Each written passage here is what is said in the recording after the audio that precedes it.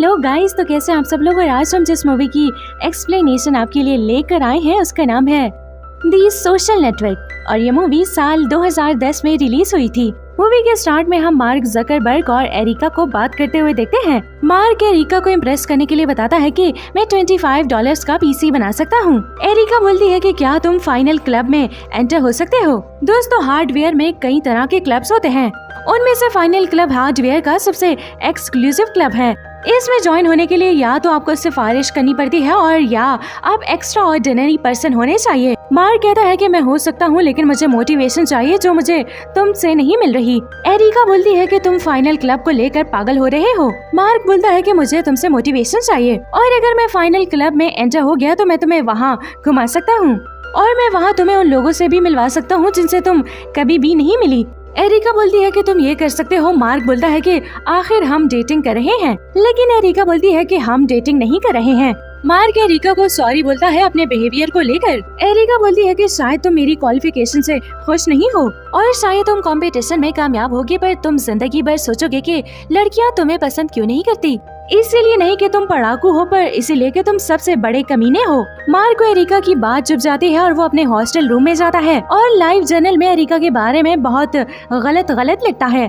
और अब मार्क को अपना ध्यान एरिका से हटाने के लिए एक आइडिया चाहिए। मार्क के लैपटॉप पर किर्कलैंड फेसबुक खुली है, जहां मार्क और उसके दोस्त बिली को लोग भयानक देख रहे हैं। मार्क का दोस्त मजाक में कहता है कि लोगों की पिक्चर्स को जानवरों के साथ लगाया जाए और वोटिंग की जाए कि कौन ज्यादा हॉट लग रहा है। तभी मार्क को आइडिया आता है कि जानवरों को तो नहीं, अगर दो लोगों को कंपेयर किए जाए तो लोग कंपेयर करेंगे कि कौन ज्यादा हॉट लग रहा है। मार्क बोलता है कि सबसे पहले हमें बहुत सारी फोटोज चाहिए और अब सेंटर फेसबुक नहीं है तो उसे अलग अलग हाउसेस से फोटोज निकालनी होगी और वो हैकिंग स्टार्ट करता है। मार्क बोलता है कि किर्कलैंड वालों ने सभी इंडेक्स को ओपन एंड अलाउ किया हुआ है, जिससे कि वो सारी फोटोज ब्राउजर पर एक साथ दिख सकता है। इसीलिए वो गेट कमांड का इस्तेमाल करता है, जहाँ से सारी फोटोज उसके सिस्टम पर डाउनलोड हो जाती हैं। दोस्तों, मार्क ये सब बातें अपने लाइव जर्नल में भी लिख रहा होता है, जिससे लोगों को पता चलता है कि मार्क क्या कर रहा है। फिर बारी होती है लाइट हाउस की। मार्क बोलता है कि इनकी भी सारी इन्फो ओपन है और इन्होंने भी इंडेक्सिंग नहीं की हुई और वो गेट से एंटर मारता है और सारी फोटोज शो होने लगती हैं और बस वो फायरफॉक्स से पिक्चर्स को सेव करता है। अब लॉवेल हाउस में थोड़ी सिक्योरिटी होती है, उसे एक्सेस करने के लिए यूजर नेम और पासवर्ड चाहिए, लेकिन दोस्तों मार्क ये भी कर लेता है। अब रात के 2 बज रहे होते हैं और मार्क का दोस्त एडवर्ड आता है और इससे एरिका के बारे में पूछता है। मार्क कहता है कि मुझे तुम्हारी जरूरत है। एडवर्ड बोलता है कि बिल्कुल मैं तुम्हारे साथ हूँ। मार्क बोलता है कि मुझे तुम्हारा एल्गोरिथम चाहिए जो कि तुमने चेस प्लेयर को रैंक करने के लिए लिखा था। हम लोग लड़कियों को रैंक करने वाले हैं। एडवर्ड बोलता है कि क्या तुम्हें लगता है कि ये सही आइडिया है। मार्क बोलता है कि मुझे बस एल्गोरिथम चाहिए। मार्क बोलता है कि चलो इसको कोड में लिखें और मार्क वेबसाइट बना देता है जिसका नाम फेस मैश होता है।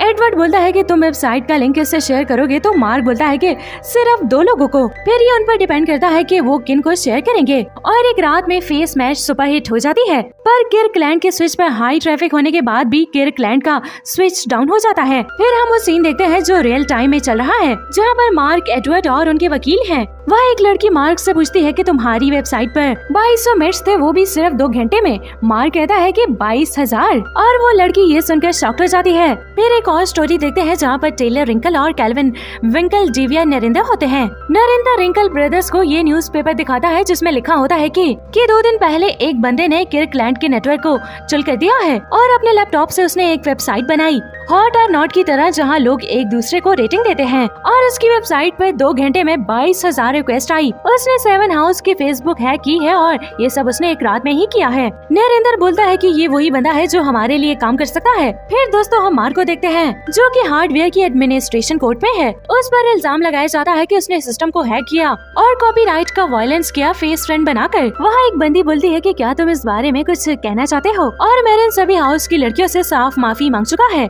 अगर मैंने उनकी इंसल्ट की है, पर सिक्योरिटी ब्रीच करने का चार्ज मुझ पे लगा है, इसी वजह से मुझे बोर्ड से रिकॉग्नाइजेशन मिलना चाहिए। वो लड़की बोलती है कि रिकॉग्नाइजेशन किस बात के लिए। दोस्तों मार्क बोलता है कि मुझे लगता है कि मैंने एक सिस्टम के लूप होल्स का पता लगाया है। फिर मार्क बाहर आता है और एडवर्ड को बोलता है कि मुझे 6 महीनों का एकेडमिक प्रोबेशन मिला है।